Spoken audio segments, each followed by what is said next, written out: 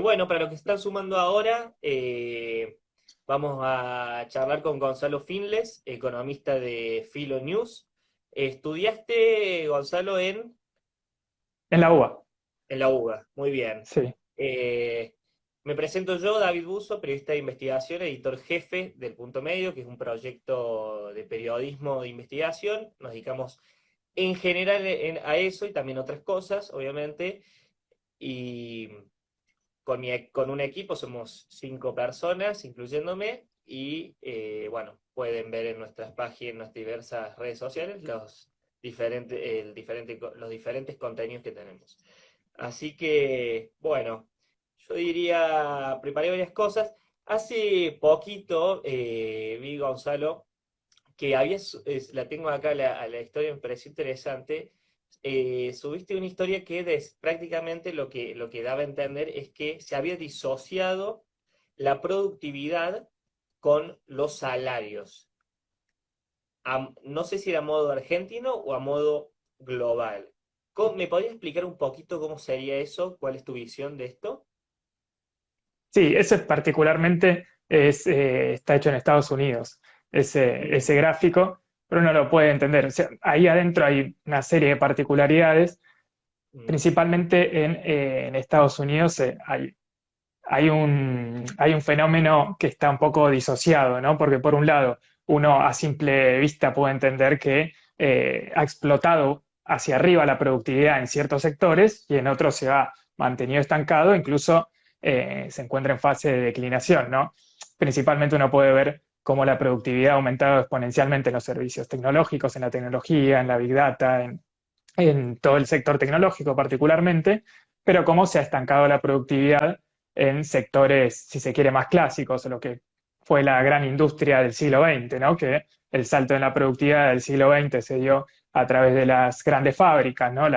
De las grandes fábricas productoras si se quiere, puede ser de acero hasta autos, es decir, toda una fábrica de las fábricas manufactureras, ¿no? Como se lo conoce tradicionalmente, que ahora ha entrado en una etapa, si se quiere, de estancamiento y en donde se están dando procesos que, bueno, la pandemia sirvió para potenciarlos de desarrollar la productividad a partir de la tecnología cuya productividad está explotando en el sector tecnológico. Entonces, lo que ahora se está haciendo es todo un traslado de la productividad hacia la industria.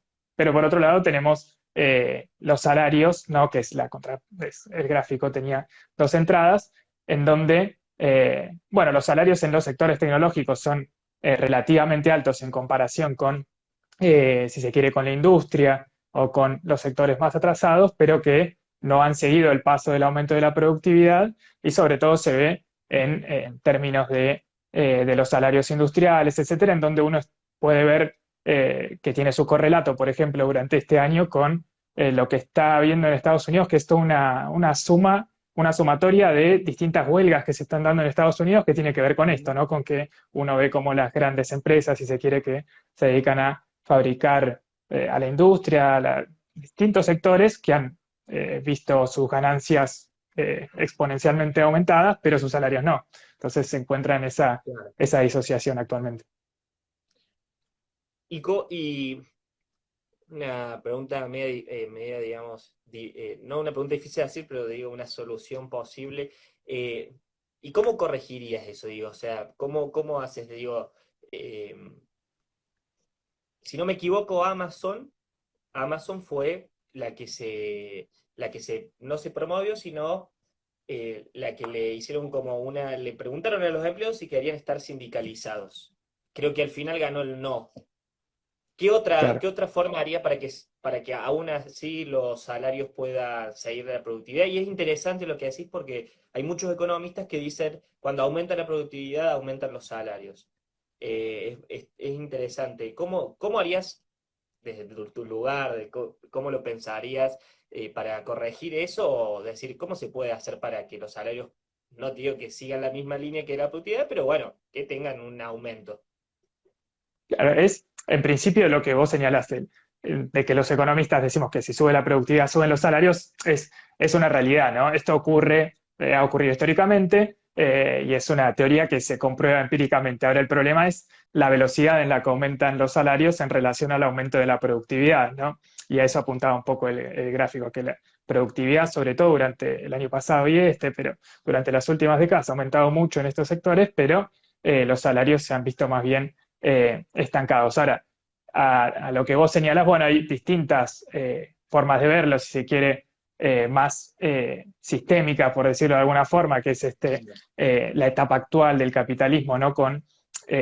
Justamente vos señalabas el caso de Amazon, ¿no? Con la concentración de un gigante del comercio electrónico, pero no solo el comercio electrónico, de la nube, etcétera, que se ha expandido por todos Estados Unidos y ahora se está expandiendo al mundo, ¿no? En Europa, etcétera. Eh, en donde, bueno, la tendencia del capitalismo indudablemente ha llevado a estas concentraciones en grandes empresas gigantes de sus sectores, que lleva finalmente a una situación más bien política, si se quiere, hacia dentro de las propias fábricas, hacia la propia relación entre la estructura empresaria y del management, si se quiere, de la empresa con respecto a sus trabajadores, en donde evidentemente Amazon está en una relación de fuerza mucho mayor a sus trabajadores, porque al mismo tiempo ahí se da otra relación, que es que Amazon, otra relación digo dispar, que uno a simple vista podría no verla, que es que Amazon igualmente ofrece mejores salarios que sus competidores, ¿no? Que distintas firmas más chicas que no pueden ofrecer el mismo salario que Amazon. Entonces es un problema, si se quiere, de la esencia del capitalismo, de cómo Amazon se va desarrollando, va comiendo a sus competidores o los va absorbiendo. Ahora el fenómeno se da a través de esto M&A, M&A, que son las acquisitions, mergers and acquisitions, que es como las empresas grandes se comen a las chicas, y le pueden ofrecer mejores salarios a sus trabajadores. Ahora bien, esos salarios igualmente no están asociados con la productividad que genera. Entonces hay un problema sistémico del capitalismo y hay un problema también del que vos señalabas, en términos de la sindicalización, de las relaciones de fuerza, que ahora, como te señalaba anteriormente en la pregunta anterior, hay una tendencia a que esto vaya cambiando. ¿Cómo cambia la relación de fuerza? Digo, cambiando, o por lo menos incipientemente, ¿cómo cambia la relación de fuerza entre, por ejemplo, el dueño de la fábrica o el management, que lógicamente va a querer pagar el menor salario posible para tener una mayor ganancia, que es lógico, es el capitalismo, con respecto a los trabajadores? Bueno, si hay menos desempleo, como está ocurriendo en Estados Unidos, que cae el desempleo, por lo menos parece haber encontrado un piso, ahora los trabajadores tienen una mayor capacidad de reacción frente a esto, ¿no? O sea, por eso estamos viendo distintas huelgas en las grandes fábricas de Estados Unidos. Por ahora es muy incipiente, pero que eso se ha visto históricamente y se comprueba en todo el mundo, ¿no? A medida que baja el desempleo, suben los salarios porque tienen una mayor capacidad de negociación. Y ahí aparece el rol del sindicalismo, ¿no? Claro. Bien, déjame hacerte una pregunta odiosa, pero me parece interesante hacerla. Eh, ¿Qué te molesta más, la pobreza o la desigualdad? Y tiene una segunda parte que es, ¿o ves a la pobreza como producto de la desigualdad? Son esas dos. Y claro, y yo iría más por lo segundo. O sea, uno a veces tiende a hablar de la pobreza en términos absolutos, ¿no? Que es una forma de verlo. O sea, uno podría decir que hay pobreza porque no se genera la suficiente riqueza, entonces esa riqueza no derrama, por decirlo de alguna forma, hacia el conjunto de la población, entonces hay mayor pobreza. Uno podría decirlo a grandes rasgos. En África o América Latina son países subdesarrollados que no generan la riqueza suficiente, entonces hay mayor pobreza en relación con el mundo desarrollado. Pero al mismo tiempo se da esta situación de desigualdad que también genera una pobreza por ahí, también en el primer mundo. Hay pobreza en el primer mundo, pero hay también una pobreza en términos relativos o multidimensionales que a veces también está bueno medirlo, porque es también algo que está ocurriendo en Estados Unidos. De vuelta, o sea, por ahí estoy conectando mucho con este problema de Estados Unidos, pero bueno, surgió por ahí la charla, pero está ocurriendo también algo muy particular, que es que hay mucha gente en Estados Unidos que que decide renunciar a su trabajo, no quiere trabajar, por decirlo de alguna forma, no quiere tomar un trabajo full time, ¿no? Eh, ¿Por qué? Porque no quiere entrar, no está dispuesta a vender su fuerza de trabajo por los salarios que pagan actualmente en los trabajos de baja calificación. Entonces ahí también aparece este problema de percibir una especie en términos de pobreza, digo, de pobreza multidimensional, en términos de que esa persona tiene que cuidar a un familiar, tiene que realizar distintas tareas que, bueno, no le permiten poder tomar un trabajo y ese trabajo no le da la remuneración o las facilidades que uno esperaría para poder desarrollarse plenamente, digo, como ser humano en términos de vuelta multidimensionales. Entonces aparece todas estas particularidades de la época, pero en el fondo creo que hay una situación de desigualdad estructural a nivel internacional que eso también genera una mayor pobreza. Entonces, hay una desigualdad entre países que lleva a lo que decía anteriormente de que hay mayor pobreza en África que en Estados Unidos, y eso es innegable. Entonces, esta desigualdad entre países lleva a esto y también hay desigualdades hacia adentro de los países que llevan a una concentración mayor de la riqueza lo cual repercute en una mayor pobreza que también estamos viendo como consecuencia de la pandemia. Sin embargo, si uno toma todos los indicadores, eh, cada vez se vive más, cada vez más gente tiene acceso a servicios públicos, eh, y hay muchos indicadores también favorables en el sentido cuando se toma todo el total. Eh, ¿Cómo lo ves a eso también al mismo tiempo? Que ocurre que hay una concentración, al mismo tiempo hay muchos indicadores que se han erradicado enfermedades, y al mismo tiempo eh, menos gente se enferma, muchísimos indicadores que, bueno, de hecho ahora lo que está ocurriendo en países del primer mundo es que empieza a envejecer la población bueno, no hay nueva natalidad, pero es otro tema ese, pero bueno, todos esos indicadores que han salido, que se saben, digamos, porque ahí están bien respaldados. ¿Qué opinas de esto? Tu pregunta va más hacia el lado de ver en términos más históricos, en sentido amplio, ¿no? De la historia en términos de que el capitalismo en general, decís, ha logrado, Claro, si se quiere. ha ayudado a progresar en términos generales. Claro. ¿Cómo lo ves vos de esto? Sí, sí, no, o sea, es indudable que el capitalismo ha sido un gran salto adelante con respecto a lo que eran las formas de producción anteriores, ¿no? O sea, se ha podido crear riqueza en forma mucho más rápida de lo que lo ha hecho la humanidad en el pasado, se ha desarrollado mucho más conocimiento, ¿no? Como consecuencia de ello, de lo que ocurrió en el pasado, se han cerrado todo lo que vos señalabas con respecto a las enfermedades, con respecto a la creación de riqueza y a la capacidad del humano para poder transformar su entorno, ¿no? Finalmente, que es poder crear nueva riqueza y a partir de ahí, bueno, generar nuevos estándares de vida.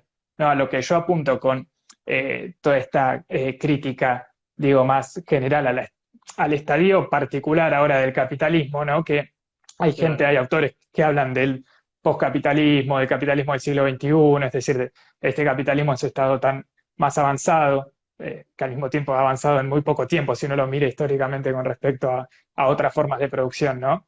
Que lleva a esta concentración tan fuerte de la riqueza, de estas desigualdades tan marcadas que uno ve en el mundo, pero también hacia adentro incluso de ciudades, de poblaciones, ¿no? Que uno ve acá, incluso yo acá en Buenos Aires, uno lo ve como uno vive está en Recoleta, un kilómetro y está en una villa, ¿no? Es una situación muy fuerte de desigualdad y que uno se acostumbra a vivir con eso, pero que finalmente evidencia de una falencia. Y esto solamente, no es particular a Argentina, a Buenos Aires, al conurbano bonaerense, etcétera, sino que es un problema, creo yo, endémico y sistémico del capitalismo en este estadio actual. Ahora, como yo, o sea, no niego este salto adelante que ha llevado a la humanidad el capitalismo, también creo que el estado actual nos lleva a que nosotros, digo, podamos discutir hacia dónde va el capitalismo como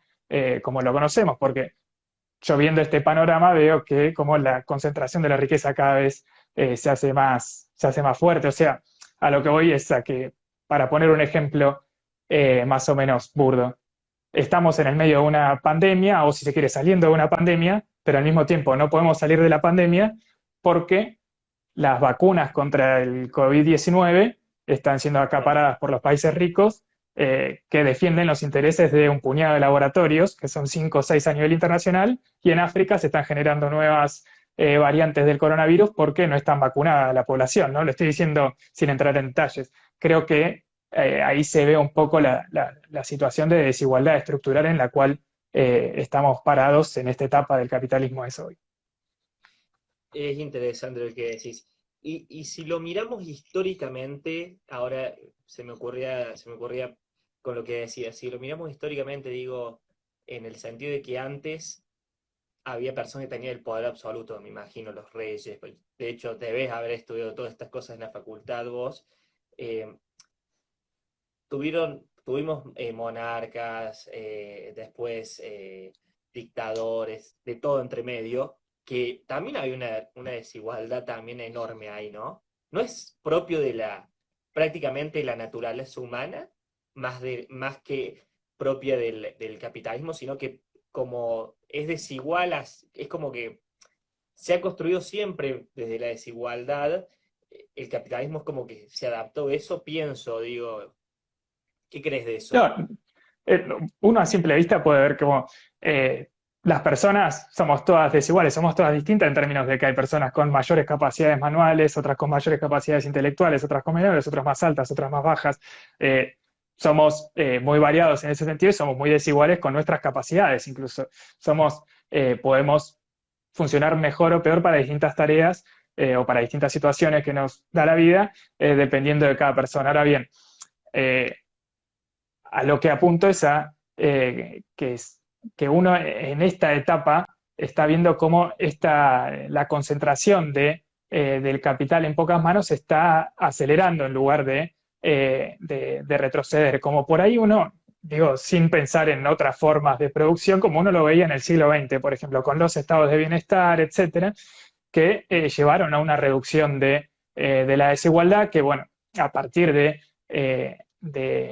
lo que fue, si se quiere, de los 70 en adelante, que arrancó lo que se le dice comúnmente como la financiarización de la economía, la globalización, etcétera, llevó a un proceso de desregulación de los estados, del comercio, etcétera, que nos lleva a esta situación en donde los ricos son cada vez más ricos y los pobres son cada vez más pobres. Ahora, uno puede discutir si esta desigualdad, si se quiere, bueno, es algo con lo que nosotros tenemos que trabajar, es algo que está dado y que sirve para el desarrollo de la humanidad, pongámoslo en estos términos, si se quiere. Entonces, hay una desigualdad que podría decir alguien que, un anarcocapitalista, si se quiere, que defiende que la desigualdad sirve para que haya personas como Elon Musk que pueda desarrollar tecnología y grandes saltos en la humanidad. Pero bueno, la cuestión es a qué costo uno lo hace y si es eficiente en términos también de la humanidad en su conjunto. Y yo creo que no, yo creo que finalmente si uno lo deja a Elon Musk que haga esto, finalmente deja a 99% de la población afuera, en términos de que estos, por más que es cierto que se estén desarrollando saltos tecnológicos, etcétera, yo creo que no es eficiente para el conjunto de la población en términos de todas las consecuencias que tiene tanto humanitarias como climáticas, de la desigualdad económica, social, etcétera, y que nos lleva, creo que incluso hasta nos lleva a una situación de retroceso, como te decía anteriormente. Hubo un periodo en el capitalismo que las desigualdades se achicaban y ahora se están expandiendo. Por eso creo que es un tema del momento, ¿no? Que se está discutiendo no solo en Argentina, sino en todo el mundo. Bien, bárbaro, clarísimo. Vamos a Argentina ahora digo, creo que el mundo lo dejamos bien claro como para darle un pantallazo a la gente, a la audiencia que nos está escuchando y viendo ahora. Para vos, ¿cuál es el problema económico estructural más grave que tiene la Argentina? Oye, eso es la pregunta. Eh, Estructuralmente, a ver, voy a tratar de hacerlo corto. ¿Por qué? Uno, seguramente habrás escuchado hablar de esto, existe, desde el progresismo se ha hablado de esta restricción externa, ¿no?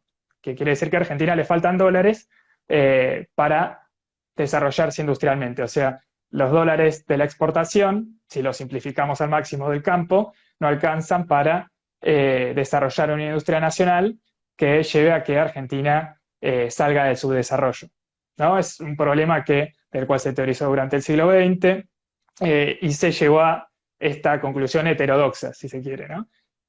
Ahora, uno lo contrasta con lo que ocurre hoy, donde incluso la vicepresidenta dice en un acto del viernes de que no hay restricción externa, sino que el problema es que sobran los dólares, pero están en guaridas fiscales. Entonces, ahí se choca el problema este estructural de la falta de dólares con que sobran dólares, pero no están, sé que pueden o no estar en el país, porque capaz que están en cajas de seguridad, pero que no están en manos del Banco Central, que es quien de alguna forma arbitra entre las exportaciones y las importaciones para garantizarle los dólares a quienes importan insumos para poder desarrollar industrialmente el país, podría decirlo. Entonces, yo creo que hay una restricción externa, una falta de dólares que, como te mencionaba anteriormente, a partir de los 70 ocurre esta situación de globalización internacional, toda esta tendencia hacia la financiarización de la economía, que Ujú. lleva a una serie de reformas estructurales para el capitalismo y para la economía argentina particular, que lleva a que esta restricción externa se agrave o por lo menos pase, si se quiere, para ponerlo en otros términos, pasa a un segundo plano porque los dólares que Argentina necesita para crecer, para desarrollar su industria, lo que sea, eh, los genera. Porque si uno mira, por ejemplo, la balanza comercial argentina, es decir, lo que Argentina exporta menos lo que importa, desde el año 2001 ve que hay entre 150 y 200 mil millones de dólares de superávit comercial, es decir, que Argentina generó más de 100 mil millones de dólares, es un montón, ¿no? Y uno dice, bueno, entonces después contrasta con los números de la cantidad de billetes que tienen los argentinos en el colchón, afuera, lo que sea, y dice, bueno, la restricción externa no existe. Bueno, yo digo que son los dos problemas, porque Argentina, por un lado, ahora está generando los dólares, si uno lo mira en términos agregados, ¿no? Como mencionaba recién, los últimos 20 años, uno después puede hacer subperiodos en los cuales va a encontrar que la balanza comercial es deficitaria. Pero para simplificar, uno se ve con que en esos momentos de balanza deficitaria actúa la restricción externa, pero en el agregado durante las últimas décadas, Argentina sí genera estos dólares. El problema es que, bueno, el Estado, el Banco Central, no puede hacerse de esos dólares para financiar si se quiere, a los capitalistas locales para que desarrollen un capitalismo, si se quiere, más desarrollado, o sea, un capitalismo más industrial, tecnológico, y que pueda liberarse de esta importación de bienes tanto de capital como intermedios, bienes que finalmente Argentina importa y por donde se van los dólares, ¿no? ¿Y por qué crees que sucede eso? De que los dólares no se vuelcan Bueno, esa es como acá. la gran pregunta, ¿no? También de la actualidad incluso, ¿no? Porque hoy nos encontramos con que el Banco Central ya casi no tiene reservas, y es como que también se está discutiendo mucho en estos días.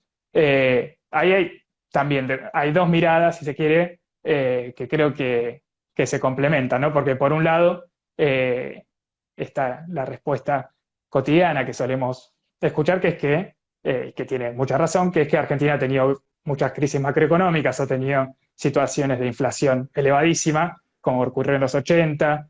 Bueno, ahora tenemos una inflación muy importante, incluso con respecto al mundo, en los cuales en el medio hubo un corralón, hubo especificación de depósitos, ¿no? La historia económica y financiera argentina que nosotros conocemos, lo cual lleva a una desconfianza muy grande frente al peso, ¿no? Entonces, la gente, por decirlo en términos abstractos, prefiere refugiarse en el dólar, que lo ve como una reserva de valor, y bueno, la historia le ha dado la razón, ¿no? Entonces, porque ha podido proteger su valor frente a las depreciaciones del peso. Por un lado, Eh, sí, ocurre, sí, sí, sí, sí, sí.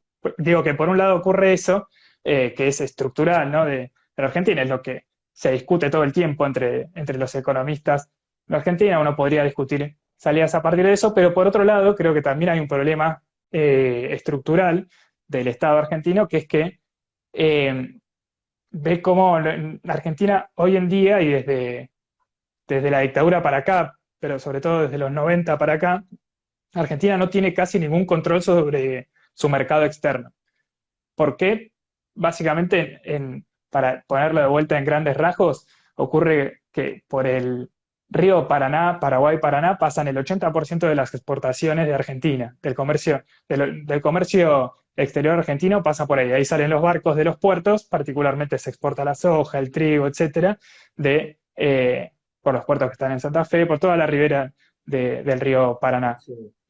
Los puertos son privados y quien tiene la concesión eh, que hay una concesión privada del bragado y balizamiento del río. No hay una marina mercante argentina cuidando ese río, no solo para ver que no haya un contrabando, sino para ver si no aparece un barco que no sea de bandera argentina que esté ilegalmente metido ahí. Y como consecuencia tenemos el narcotráfico que tenemos en Santa Fe, ¿no? Un problema en Rosario, un problema muy grande también. Pero a lo que voy es que el caso del río Paraná, por donde pasa el grueso de nuestras exportaciones, ahí se exportan hasta los autos para Brasil, ocurre este problema de que Argentina no tiene ningún tipo de control por lo que pasa ahí. Las grandes cerealeras, que están muy concentradas incluso en la exportación de granos y aceites de Argentina, que es el grueso de las exportaciones, de la generación de dólares, tienen sus propios puertos en donde nadie controla lo que entra y lo que sale de ahí. Entonces es muy difícil para Argentina eh, acaparar esos dólares para transferirlos hacia la industria que fuera, pero que lleve a un desarrollo del país porque finalmente no hay ningún tipo de control en esos términos y creo que es fundamental para pensar en un plan de desarrollo argentino, tener un control sobre, o por lo menos, no digo, por ejemplo, durante el gobierno de Perón se había creado una junta de granos, habían habido el IAPE, habían distintas políticas que fueron llevadas adelante que eran más totalizadoras durante un momento, incluso se llegó a una situación cercana a la nacionalización del comercio exterior. Yo digo, hoy ni siquiera hay una persona de la FIP que esté en el puerto, en alguno de los puertos privados, controlando que lo que dice la declaración jurada de las exportaciones sea lo mismo que lo que efectivamente se carga en el barco. Digo, algo muy básico, ¿no? Que no ocurre. Bien.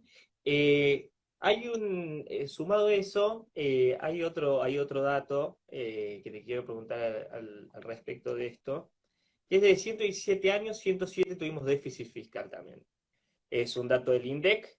eh, y una vez un economista me pareció interactiva como lo explicó, que cuando un país tiene un déficit fiscal y déficit fiscal básicamente, según este economista que falleció hace un tiempo, la sociedad no está dispuesta a solventar los gastos del Estado vía recaudación.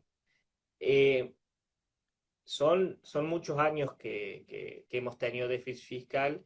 Eh, ¿qué opinión te merece eso sobre la eficiencia del Estado? ¿Crees que se maneja bien, que no se maneja bien? ¿Crees que hay cosas por mejorar?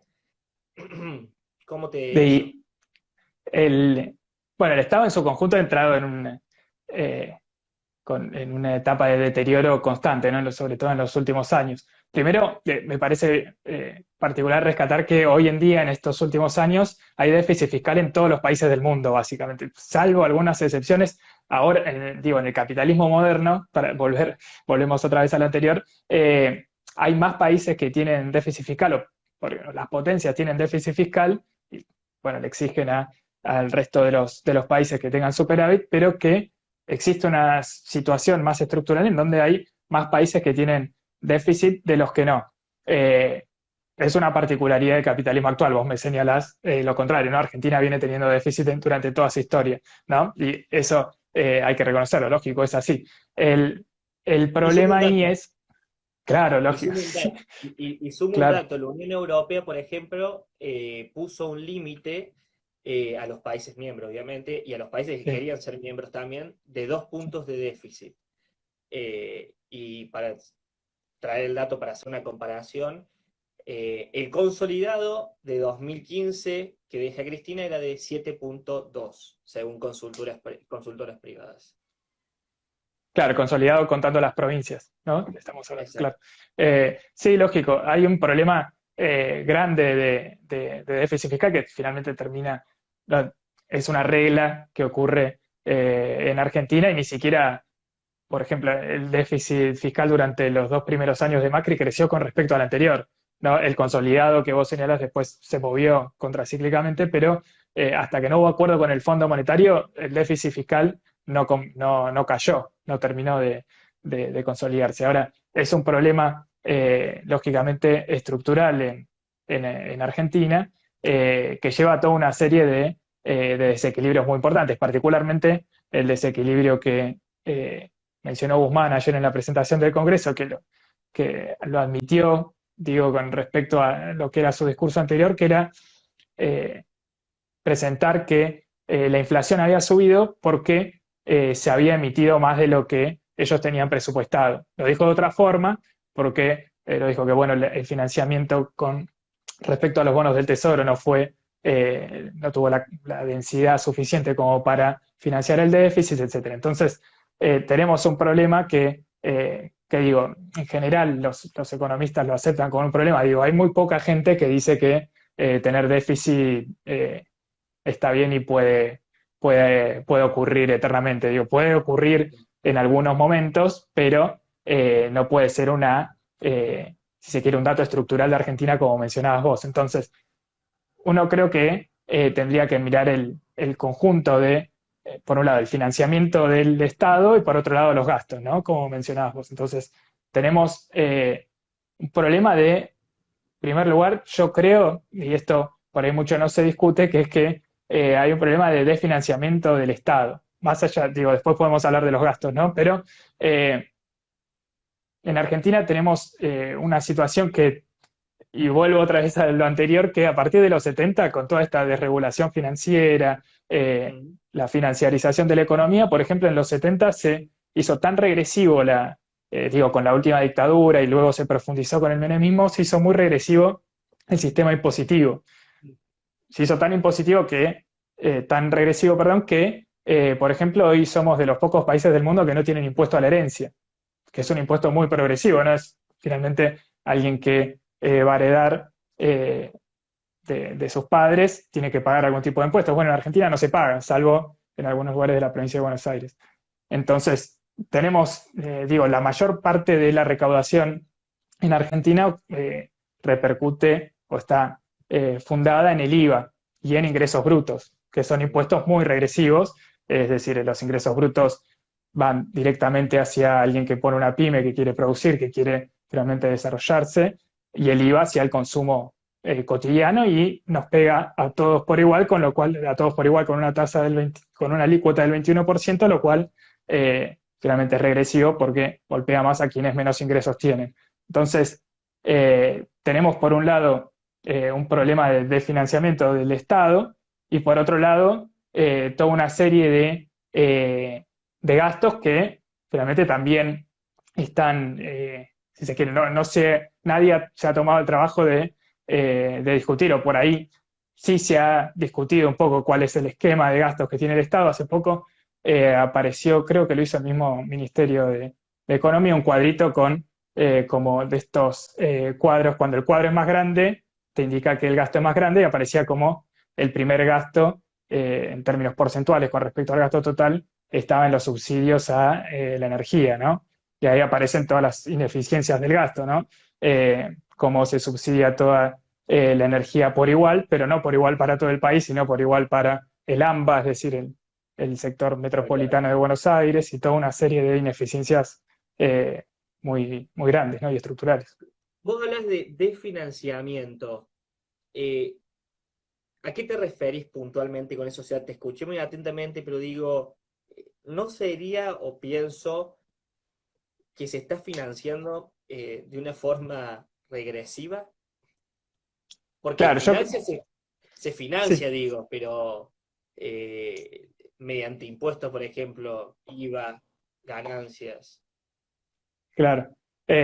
Sí, el problema es cómo uno, a partir de que uno puede financiar el Estado o financiar el déficit, ¿no? Nosotros tenemos ahora un problema que financiamos el déficit con deuda hasta el 2018 y ahora con emisión monetaria, entonces tenemos ese problema. Pero al mismo tiempo el financiamiento del Estado es regresivo, como mencionaba anteriormente, pero también, digo, si uno se pone como objetivo equilibrar las cuentas fiscales, que creo que debería ser así, va a ser así, ¿no? Sobre todo en el marco de un acuerdo con el Fondo Monetario Internacional, medio que es inexorable que va a ser así, que se va a ir hacia un equilibrio en las cuentas fiscales, uno tiene que eh, discutir, digo, desde dónde va a arrancar, ¿no? Si quiere que los ingresos crezcan para que se achique el déficit y se llegue al superávit, o bajar los gastos, o hacer las dos cosas al mismo tiempo, que creo que también se va a hacer. Pero uno, a lo que voy es a que uno puede aumentar el financiamiento del Estado, es decir, aumentar los ingresos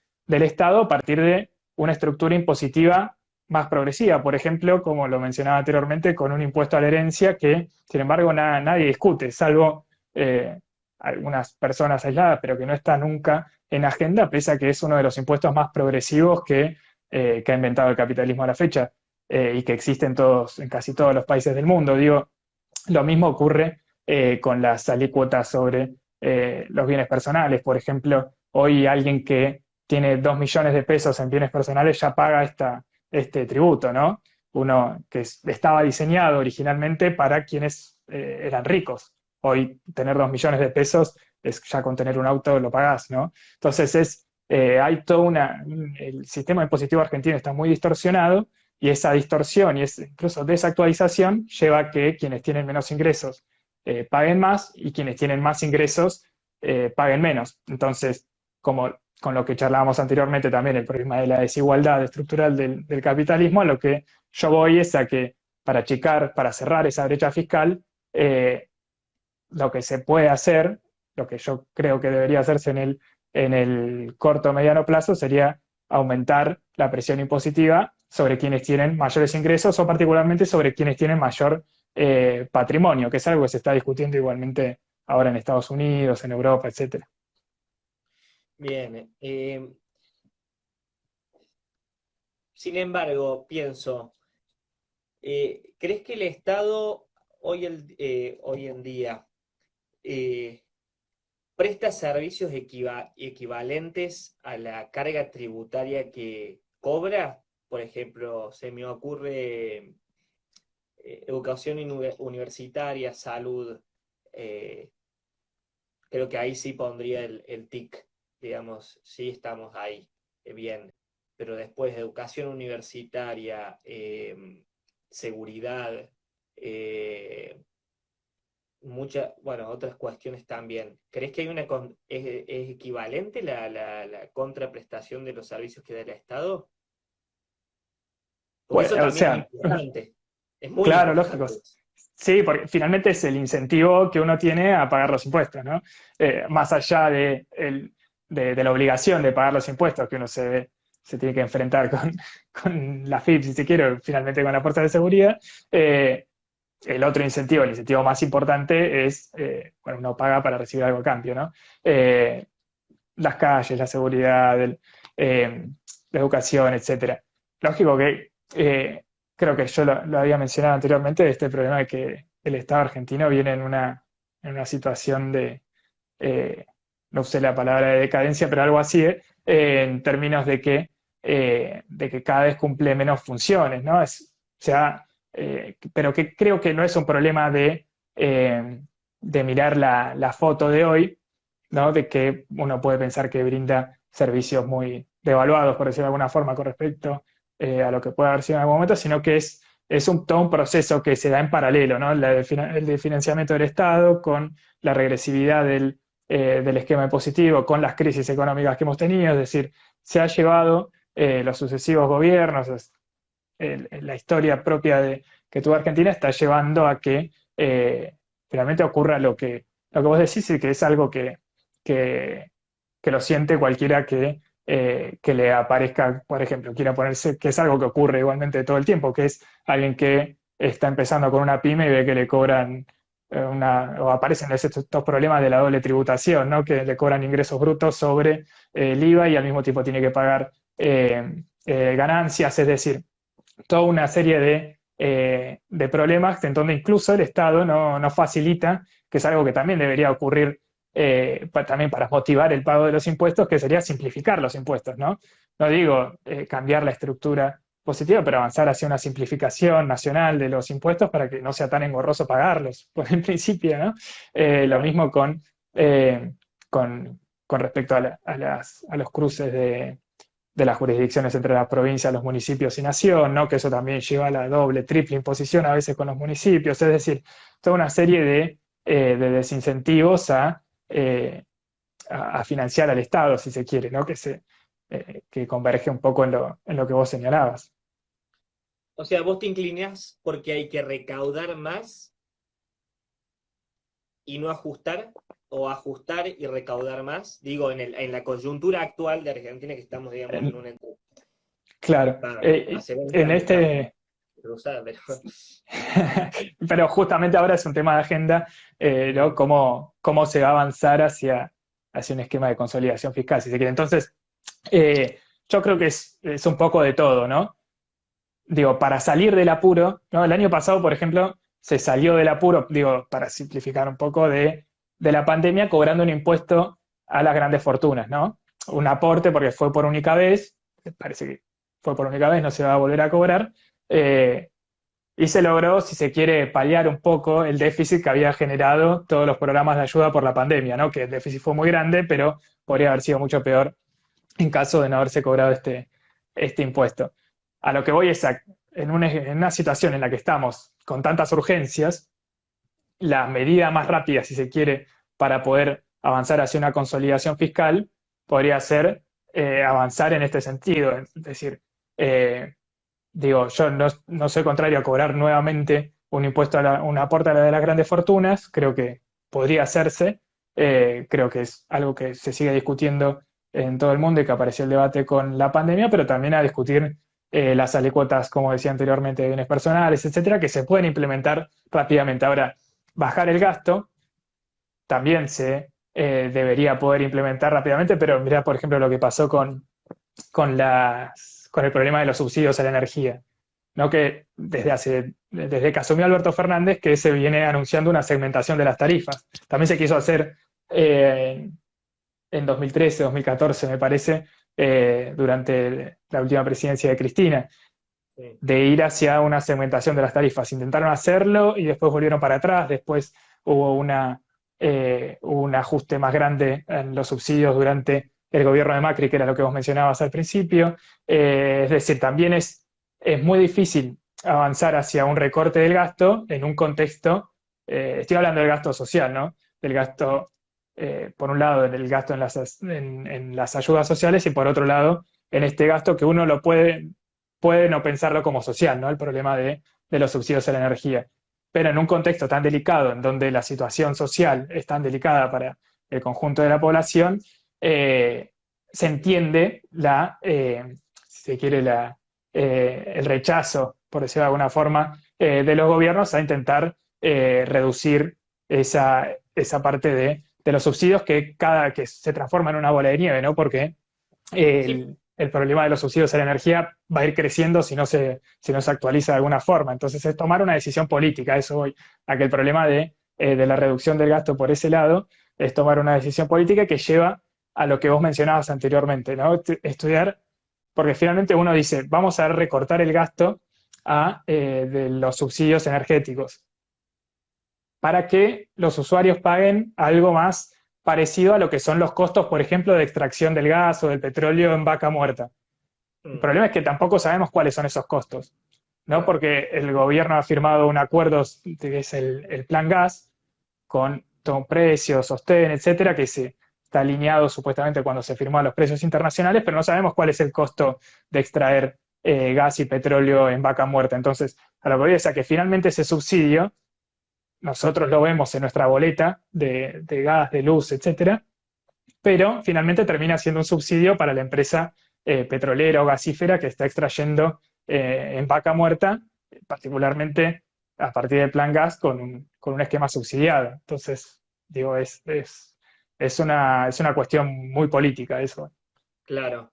Y digo, en línea con esto, ¿no crees que el gobierno se crea sus problemas también en el sentido, por ejemplo, hablamos, subsidiamos las energías, pero al mismo tiempo le cobramos el IVA del 21% a los sectores más vulnerables, digo? No sé, no es como una rueda que no termina, que al mismo tiempo le das por un lado y le sacas por el otro.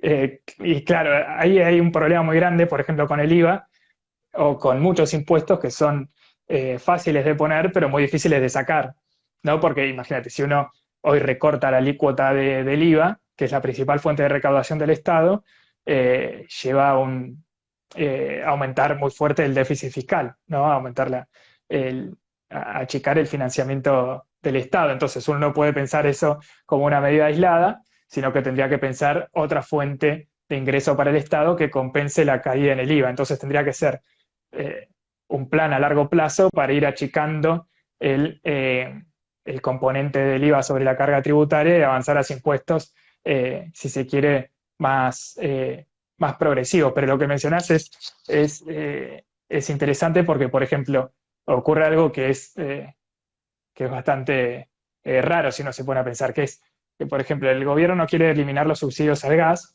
porque impactaría sobre todo en las clases más bajas. Pero el tema es que muchas veces, sobre todo Sí. las clases bajas, no utilizan, no están conectadas a la red de gas, sino que utilizan garrafas. Y el precio de la garrafa no tiene subsidios, sino que se paga a precio de mercado. Entonces, ahí aparecen todos eh, si se quiere, desequilibrios que van apareciendo en el esquema, en la estructura, ¿no? Del Estado, que hace que nos encontremos con estas cuestiones que son, que si uno le pone la lupa a ver estos problemas, no entiende cómo llegamos acá, ¿no? De alguna forma. Sí, de hecho sumo dos datos. Los subsidios energéticos que se dieron durante los 12 años del kirchnerismo impactó más favorablemente a las clases altas, de hecho, por esta mala segmentación que hicieron. Y además, esto de la que decís que nosotros sacamos una nota de la ley de zona fría, justamente vuelve a surgir el mismo problema de decir le estamos subsidiando, varios especialistas lo dijeron, va a impactar, no impactar, sino que va a beneficiar otra vez a las clases más altas por esto de no la segmentación, no tener en cuenta la garrafa y muchos otros temas más de la ley esta. Eh, Más o menos saliendo un poco, bueno, pero Argentina tiene tantos problemas que no terminas más, pero más o menos retenciones al campo. Ahora estamos en una situación a ver, voy a empezar por esto de las retenciones y después voy hacia otro punto. Eh, Hoy las retenciones están fijas por ley con un máximo. Hoy la soja paga el 33% y apenas asumió el gobierno, hizo la ley de solidaridad productiva, creo que se llamaba, que llevó a establecer un tope, como una señal al campo, de tope de retenciones. Entonces estableció en la soja el 33%. Hay eh, otros granos que tienen, otros cultivos que tienen una alícuota menor y que todavía se podrían aumentar un poco. Yo creo que las retenciones eh, en momentos como ocurrió durante el año pasado y de suba de los precios internacionales, sirven para desenganchar el precio internacional con respecto al local para que no aumenten mucho los alimentos o que no aumenten en la misma proporción a lo que ocurre a nivel internacional, que es algo que se estudia como una forma de política comercial, Claro, claro, sobre todo sí. en los países como los nuestros, que son netamente exportadores, y que creo que es una buena herramienta en estos términos, pero no creo que sea la mejor. Sí, creo que es lejos de eso, sobre todo teniendo en cuenta la estructura productiva de Argentina, porque yo creo que es muy golpeada de una forma muy desigual en los distintos actores de la cadena productiva del campo. Por ejemplo, las retenciones, uno se los cobra a las exportaciones, que finalmente las terminan realizando las cerealeras, ¿no? Las cerealeras le compran los granos a los productores y ellos son los que exportan. Pero ocurre lo mismo que con el IVA. Las retenciones no las pagan las cerealeras, sino que lo trasladan en el precio y lo termina pagando el productor.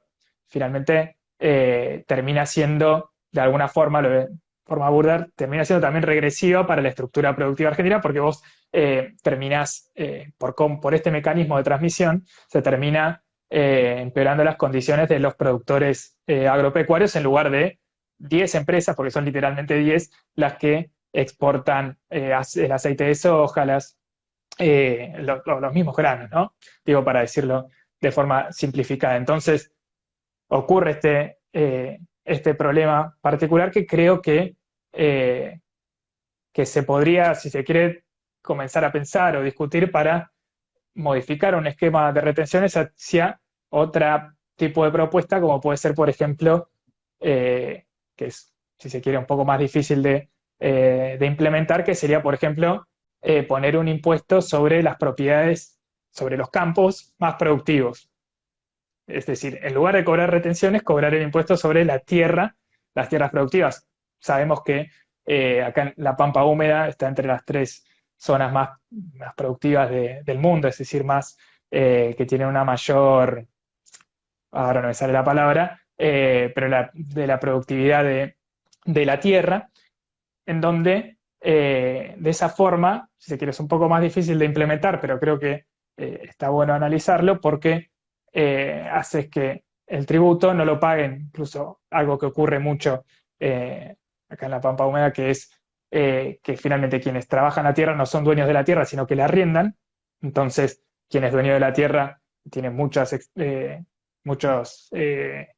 hectáreas de tierra, la termina alquilando y no pagan casi ningún tipo de impuestos, porque al mismo tiempo la tierra está evaluada a valor fiscal, que no es lo mismo que el valor real de mercado que tiene la tierra, que hay un negocio muy importante, y al mismo tiempo se pasa el problema este de las retenciones, los terminan pagando siempre los productores, sobre todo los más chicos, que tienen que arrendar la tierra. Entonces, de esta forma, si uno busca la forma de poder grabar con una mayor alícuota las tierras más productivas, se podría encontrar una solución que no perjudique tanto a los productores y que se concentre más sobre los grandes tenedores de tierra, sobre todo las más productivas, y también pensar, digo, puede ser híbrido en términos de que pensar algún mecanismo en que las retenciones las paguen finalmente las cerealeras y no los productores. Pero bueno, eso es también una cuestión de implementación un poco difícil. Al mismo tiempo que vos decís sumar estos impuestos que veníamos hablando, ¿sacarías a los sectores que menos tienen, por ejemplo? ¿O sumarías estos? Por ejemplo, una Eh, reducción del IVA, una reducción de ganancias, pero permanente, no como la que quiere hacer el gobierno, que es por un año porque se va a terminar claro. actualizando por inflación. Claro, por ejemplo, el tema este de ganancias, de la alícuota de ganancias que pagan quienes están trabajadores en relación de dependencia, ¿no? Hoy ocurre algo eh, muy raro, si se quiere, si uno lo mira afuera, pero que ocurre en general en América Latina, pero que para la historia argentina no era tan así, que es esta dispersión o desigualdad, si se quiere, entre los trabajadores que tienen ingresos como para pagar o que están alcanzados por la alícuota del impuesto a las ganancias y toda una masa de millones de personas que o no tienen Claro, trabajo o están en negro, cuentapropismo, claro. etcétera.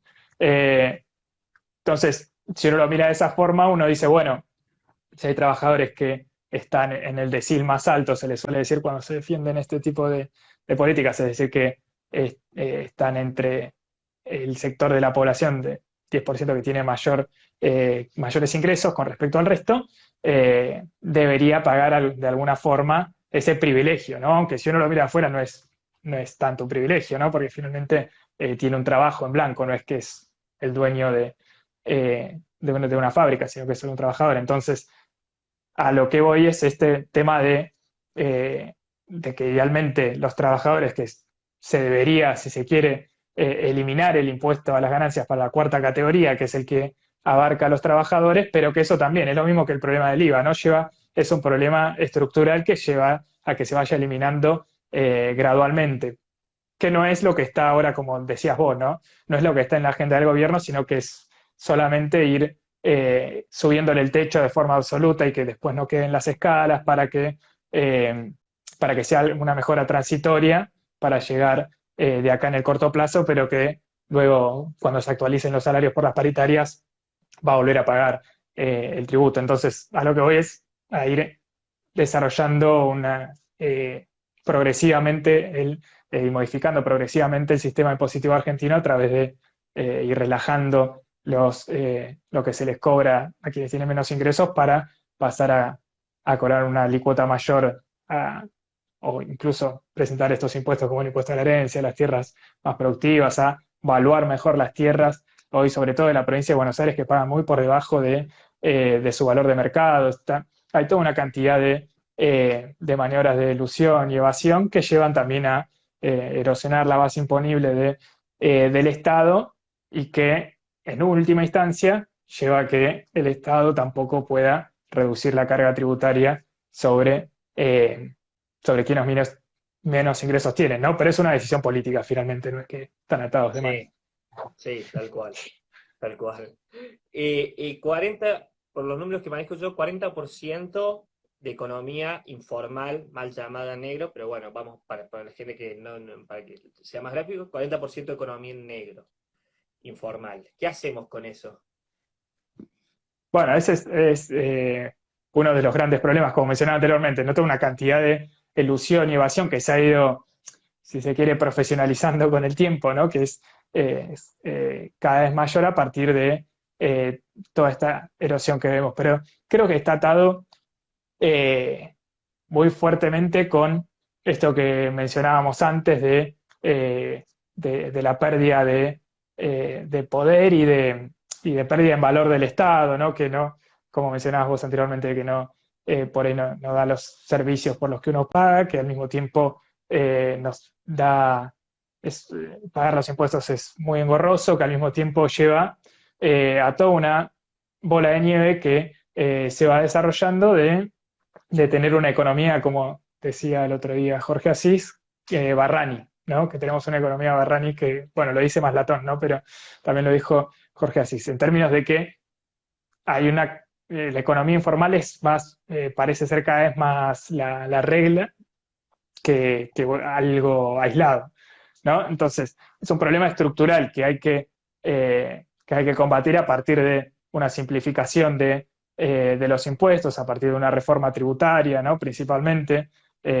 una forma un poco más amena de cobrar los impuestos, pero que también lleva a una situación estructural como la que mencionaba anteriormente, de que tenemos, acá también aparece una desigualdad importante, porque uno puede contar como economía informal a los trabajadores cartoneros, si se quiere, que se dedican a tratar la basura, ¿no? Porque es finalmente que ahora se le dice la economía popular, pero es finalmente una economía informal, pero también uno dice que es economía en negro, economía informal, podría decir a los embarques de soja que pasan sin ser declarados y se facturan en negro, que pasan por Uruguay y se triangulan para exportar de esa forma, ¿no? Que también es una forma de economía informal que está bastante extendida, pero que tiene mucha menos publicidad. Entonces, por un lado,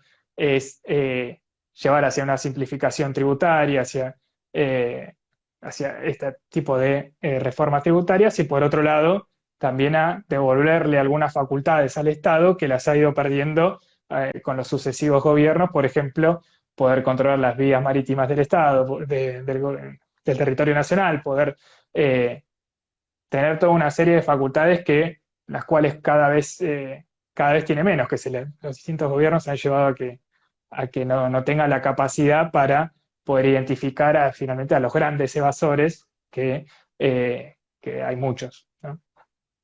¿Sos partidario entonces de una reforma tributaria en estos términos? Sí, Bien. sí, sí, yo defiendo que debería hacerse una reforma tributaria progresiva.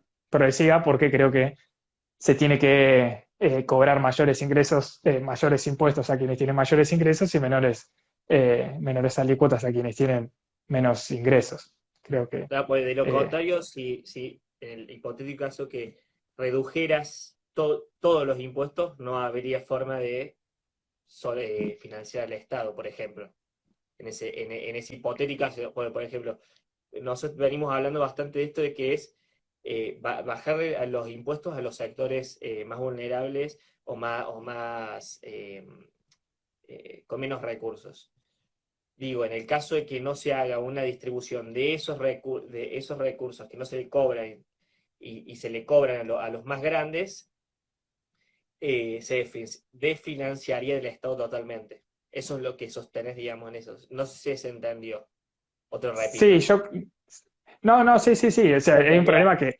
Sí, sí, si uno deja de cobrar impuestos general, o sea, si uno quiere hacer un recorte de impuestos en regla, o sea, con lo que tenemos, bajar las alícuotas, pongamos un ejemplo, eh, llevaría finalmente a, a ampliar el déficit fiscal, ¿no? Si, o sea, si la contraparte de eso no es bajar el gasto, ¿no? Digo, entonces llevaría a una situación mucho más vulnerable. O sea, a lo que voy es, si uno dice, bueno, hay que recortar, como se dice mucho, ¿no? En la actualidad, recortemos los impuestos, por ejemplo, recortemos la alícuota del IVA del 21 al 15, ganancias del 30 al 20, etcétera. No importa si es progresivo o regresivo, recortémoslo.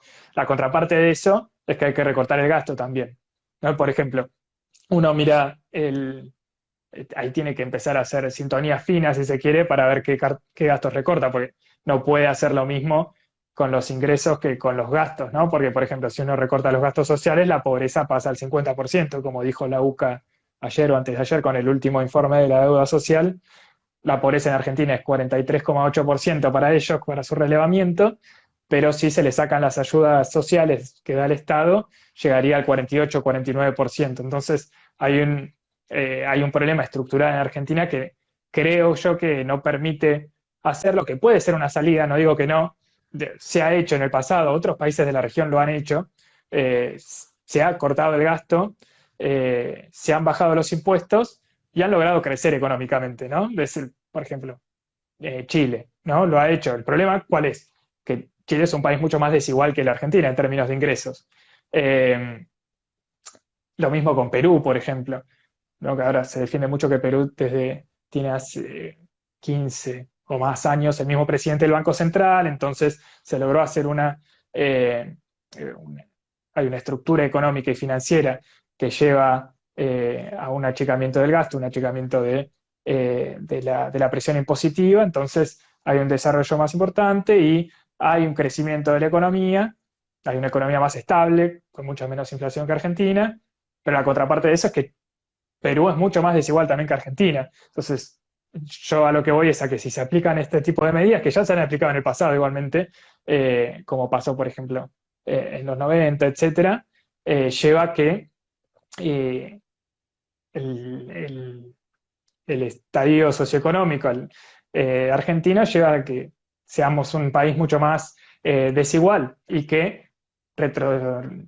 vayamos hacia atrás en algo que tiene característico de la Argentina, que ha sido históricamente característico de Argentina, pero de vuelta cada vez menos, que es tener una clase media, si se quiere, que la distinguía del resto de los países de la región. Digo, la distinguí en pasado porque eso ya no está ocurriendo, ¿no? Los últimos datos Claro, muestran claro. eso. Yo creo, Entonces, yo creo que es consecuencia, finalmente puede ser consecuencia, una consecuencia directa, un recorte del gasto y de los ingresos del Estado, sí o sí tienen que ir de la mano. Si se quiere recortar los impuestos y la base imponible, llevaría esto eh, a, a una desigualdad más profunda todavía de la que vivimos. bien. Vamos a otro tema, estuvo clarísimo todo eso. Eh, Gestión de la pandemia del gobierno. Hay dos datos interesantes para compartirlos que son una de las mayores caídas económicas, si no la mayor caída de actividad económica del 9,9% en 2020. y estamos entre los 10 países con mayor cantidad de muertos por habitantes. ¿Cómo la viste a la gestión de la pandemia? Eh, ¿qué te genera eso? Y en primer lugar, yo no soy para nada un experto en salud y en el No, problema no. del epidemiológico, así que, o sea, yo me puedo atener a lo que fue el manejo, si se quiere, económico, ¿no? Porque, o a comentar las consecuencias, ¿no? Por un lado, o sea, es lógico que la caída de casi el 10% del producto argentino es consecuencia de las cuarentenas, ¿no? De haber cerrado la movilidad. Entonces, a partir de haber hecho esta cuarentena tan extensa, etcétera, que el gobierno creía en ese momento que era la única forma de enfrentar a la pandemia, no por lo que decía públicamente, digo, no estoy inventando nada, tomó una serie de medidas eh, para enfrentar o para contrarrestar la caída que se veía venir del producto, de la industria, etcétera. ¿No? Que fue implementar el ATP, ¿no? Que era una ayuda para pagar el sueldo de las empresas que estaban sin producir, y por otro lado el IFE, ¿no? Que fueron 10.000 pesos cada 2 meses casi, que se otorgó 3 veces. Yo lo que creo es y que creo que me voy a repetir un poco con lo que dije anteriormente, es que por ahí el Estado podría haber cobrado antes el ingreso, el aporte a las grandes fortunas, que lo terminó haciendo, finalmente entra en el, en el consolidado fiscal de este año, para paliar esos efectos de la pandemia antes, y podría haber dirigido más eficientemente los recursos de estos dos, principalmente del programa ATP, ¿no? Porque el gobierno lo que hizo fue no, entregar sin hacer grandes preguntas a cualquier sector que se sentía afectado por la pandemia, se anotaba en una página y lo cobraba, ¿no? Después, con los Grandes meses, empresas, grandes claro, empresas muchas lo grandes recibieron. empresas lo cobraban, muchas empresas, sectores muy protegidos por el Estado, incluso eh, que muchas empresas que estaban funcionando, muchas empresas que tenían mucha caja, ¿no? Como se les suele decir, que Mucha igualmente escuela lo cobraban. financiera, sí, Claro, totalmente. Sí. Nosotros y sacamos una que nota de después, eso, exponiendo eso, sí. claro, que después incluso lo llevó a que el gobierno empiece a poner como algunas adendas al decreto para decir que, por ejemplo, no podían comprar dólar en el mercado financiero, porque ocurría mucho de que cobraban el ATP y compraban dólares financieros para llevárselos afuera por el contado con liquidación. Es decir, ahí hubo un problema fuerte de planificación de esa medida en particular, que es la medida, si se quiere, emblema en términos económicos durante lo que fue el año pasado, ¿no? Después este año ya hubo un ajuste más fuerte del gasto en términos de que se eliminaron todas esas partidas, y se avanzó en una licuación de los gastos jubilatorios, de los salarios públicos, etcétera, que lleva a que hoy no tengamos un déficit tan grande como el año pasado. Es probable que termine en 3,3, 3,5%, Sí, que bueno, de alguna forma lleva a que hoy Argentina o el gobierno esté festejando que a fin de año es probable que Argentina crezca el 10%, ¿no? Que nos lleva a suplir todo lo perdido el año pasado, pero que fue un rebote. bien. Te hago la última y si quieren pueden hacer alguna preguntita para Gonzalo. Eh, sí, esto te quería preguntar, hace poco lo entrevisté a Iván Carrino, que otro economista, y le hice la siguiente pregunta, si, ¿qué pasa si, no, qué ocurría con las empresas argentinas, si las empresas argentinas no deberían ser, una vez que se consoliden, ser más competitivas para exportar al exterior? Y al mismo tiempo para que al consumidor acá de Argentina no esté pagando precios exorbitantes debido a los aranceles. Puede ser por ejemplo, hoy en día el 50% de lo que sale un auto son impuestos. las tecnologías también tienen muchos aranceles y se supone que es para proteger o partes de aliados estratégicos como Brasil o puede ser poder proteger productos locales. Digo, ¿hasta qué punto se puede hacer eso y no llegar a que la misma sociedad esté pagando productos más caros de lo normal para proteger esas industrias? Y él me dijo a eso, me dijo, es deseable que las industrias que no sean competitivas desaparezcan. ¿Vos qué opinas de todo esto? Yo creo en primer lugar que, o sea, entiendo que lógicamente que las industrias que no sean competitivas desaparezcan tiene que ver con un marco teórico, por decirlo de alguna forma, que es todas las ventajas comparativas, competitivas entre los distintos países. Argentina es mucho más, tiene una productividad mucho más alta en la producción agrícola, la cadena granaria, ¿no? Carnes, etcétera.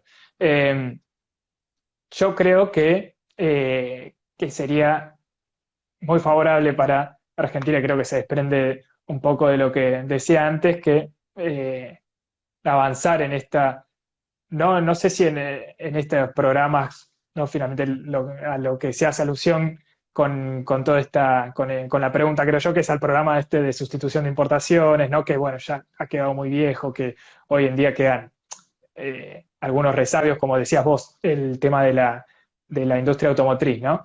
Eh, Claro. pero que ha sido muy ineficiente, ¿no? En términos de su aplicación. Uno lo ve, por ejemplo, también como decías, con los autos pasa lo mismo no lo mismo, pero en otra escala, con la industria textil. Ahora que salieron los números del INDEX, siempre aparece el problema de cómo la industria textil es de las más protegidas. Existe porque las importaciones de ropa están de telas están casi cerradas, están protegidas, tienen muchos aranceles para proteger la industria textil local, que lleva a que desde que asumió Alberto Fernández, que hoy hay un economista, ahora no me acuerdo para citar los que había mostrado el gráfico en Twitter, que haciendo los números del INDEC, igual no es nada muy complejo, que desde que asumió Alberto Fernández hay una inflación acumulada del 95%, pero en la rama textil es de casi el 150, 145, es decir, que subieron más el precio, pese a ser una rama protegida, subió más el precio de que que el resto de los bienes de consumo, ¿no? Entonces, eh, yo creo que para que un país se desarrolle, para un país sobre todo como Argentina, que es tan grande territorialmente, que tiene esta cantidad de población, etcétera, digo, no es lo mismo para Uruguay en términos de dimensiones que Argentina. En Argentina yo creo que podría ser distinto el planteo, que podría tener un poco más de sentido la propuesta de Iván Carrino, pero creo que en Argentina el problema va por cómo uno puede avanzar hacia una industrialización de Argentina en términos de poder producir no solo para el mercado interno, sino también para exportar a partir de una transferencia, si se quiere, desde los dólares que salen del agro, desde hoy en día, por ejemplo, con lo que tenemos de las retenciones, que no vayan para gastos corrientes, para gastos, por ejemplo, de pagos de servicios de deuda que estamos tan endeudados, para todo este tipo de gastos, sino que se reconviertan hacia una industria que pueda favorecer el mercado interno. En términos de que, lógicamente, esto tiene que ser mucho más eficiente de lo que es en la actualidad, ¿no? Y que creo que ahí aparece también otra vez un problema estructural, que esto se intentó hacer y se llevó adelante de una forma incluso más o menos no ordenada, pero que había más o menos un esquema para hacerlo. Digo, lo hizo Perón, pero también lo hizo Frondizi, que era radical. Digo, incluso las dictaduras que ocurrieron en el medio. Pero que se desarmó a partir de la última dictadura, que tiene que ver, ¿no? con la situación internacional, como mencionábamos anteriormente, la financiarización de la economía, la globalización, etcétera. No es que Argentina tomó una decisión unilateral, sino que es algo que venía ocurriendo en todo el mundo, pero creo que es necesario en un principio poder desarrollar algunas industrias que son muy necesarias para lo cotidiano. Por ejemplo, uno puede discutir si eh, el problema, por ejemplo, del cemento. ¿No? En Argentina hay un monopolio del cemento, un duopolio en realidad, porque está Loma Negra y Holcim. Lo mismo pasa con el aluminio, está solamente Aluar. no son industrias muy protegidas, pero que están en manos de los capitalistas, que son estos empresarios que son muy, muy amigos de los gobiernos peronistas particularmente, ¿no? Entonces Mm. uno puede discutir ahí qué tan eficiente es que haya un monopolio, pero que al mismo tiempo esté en manos de un privado que tiene todos los incentivos, todo lo que charlamos anteriormente en términos macroeconómicos, debilidad de la moneda, presión impositiva, etcétera, a no reinvertir sus excedentes, por ejemplo, o a subir los precios indiscriminadamente, como pasa con lo textil, en lugar de reinvertirlos para desarrollar a fondo esa industria, en lugar de llevarla a un paraíso fiscal, por ejemplo, como pasa con el subte, con Metrovías, ¿no? Hay un monopolio de Benito Rogio que ahora le encontraron en los Pandora Papers que tiene una cuenta en no sé dónde, ahora no me acuerdo dónde. Pero así pasan en las distintas ramas protegidas, que creo que hay que alinear los incentivos para que finalmente se desarrollen esas ramas, ¿no? Que creo que es En de- importante para el desarrollo nacional. Eso. Coincido totalmente y aparte creo que en definitiva, creo que hay que decirlo, estamos ante la presencia de un estado bobo, realmente. O sea, para mí, hay que decirlo porque evidentemente se está protegiendo a empresas que después terminan haciéndole la famosa empresarios del poder o la patria contratista, si quiere, que también es otra Claro, rama sí, sí. de ese empresario, pero un empresario local que al final no termina dando ninguna facilidad a la sociedad en sí. Claro. Eh, por eso después, bueno, también mucho dicen que compiten con otros. Sobre todo en los casos que vos decías. Si hay alguna pregunta ahora, podríamos aprovechar ahora, si alguien quiere hacer una pregunta, pero antes, vayan pensando, vayan poniendo ahí los que están conectados todavía. Si quieren hacer alguna pregunta a Gonzalo, vamos con el ping pong rápido para ir cerrando. Eh, Dale. bien. Eh, en unas, digamos, en unas palabras, digamos, del nombre que te voy a decir ahora. Cristina Fernández. Creo que es el cuadro político más importante del país, pero que defiende intereses que no comparto y un modelo de país que no comparto.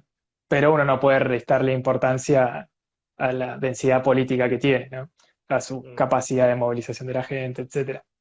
Es una gran referencia de los sectores, muchos sectores, particularmente sectores populares.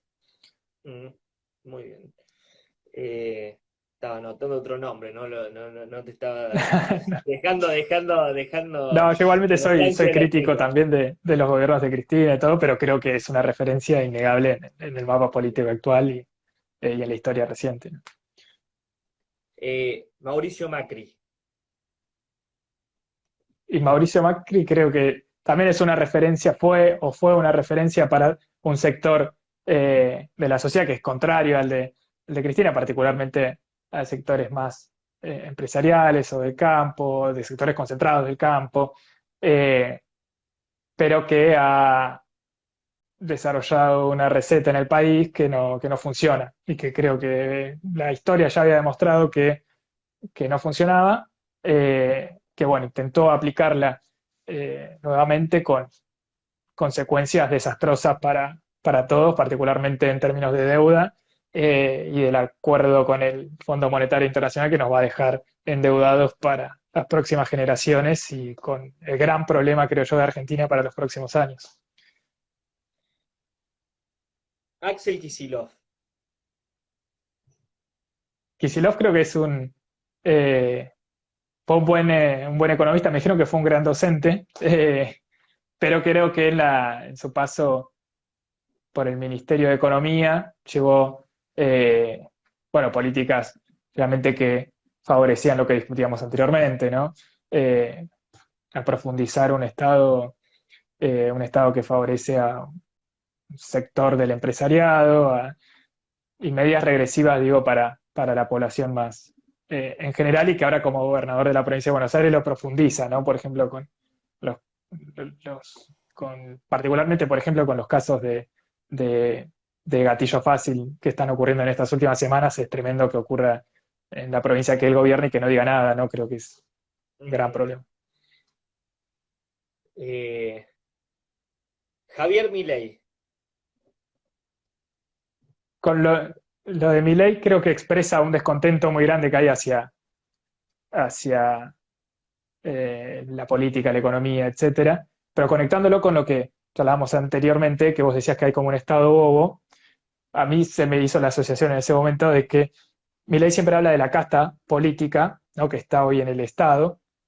Yo creo que hay una casta empresarial, por simplificarlo, y que los políticos son empleados de esa casta.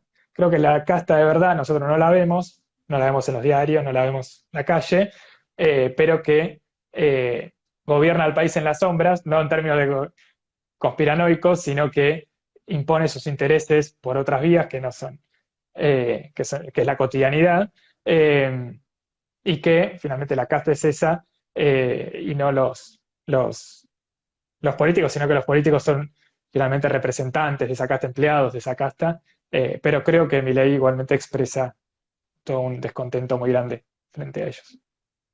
Y los últimos dos, Martín Guzmán.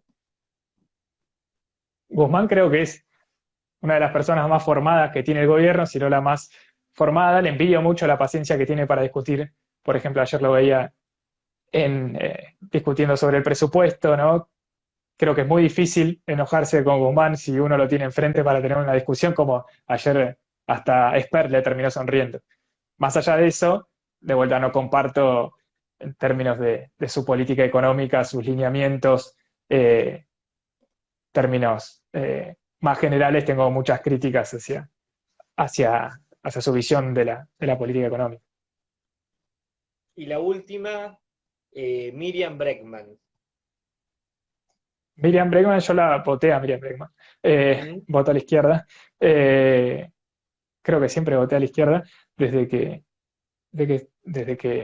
estoy capacitado para votar, habilitado, pero creo que es muy importante eh, que hayan voces que expresen también un descontento, como mencionaba anteriormente, que finalmente el caso de Milei expresa un descontento muy grande frente eh, a la cotidianidad que vivimos en nuestra situación económica, política, social. Creo que también lo hace Miriam Bregman y la izquierda, pero con otra perspectiva que comparto mucho más que la perspectiva de Milei, ¿no? Claro, claro. Bueno, buenísimo. Nosotros quería aprovechar para decir algo último, que desde el punto medio siempre apostamos a, bueno, conversar con todos los sectores y además a tratar de crear consensos básicos en el que nos beneficien a todos, como puede ser una baja del IVA realmente, como puede ser realmente terminar, la corrupción siempre está, ¿no? Pero terminar con el Estado, un Estado tan grave de corrupción que hay en la Argentina y al mismo tiempo, bueno, lograr que toda la sociedad viva un poco mejor y terminar en relación con la corrupción, terminar con la impunidad sobre todo. Y creo que es muy valioso, que es bueno que se puedan tejer esos puntos de unión en determinados lados, pues si no, en definitiva, no vamos a salir. Así que, bueno, quería agradecerte, Gonzalo, un gustazo haberte entrevistado, charlado con vos, conversado. Gracias a vos, David, por la invitación. Un placer.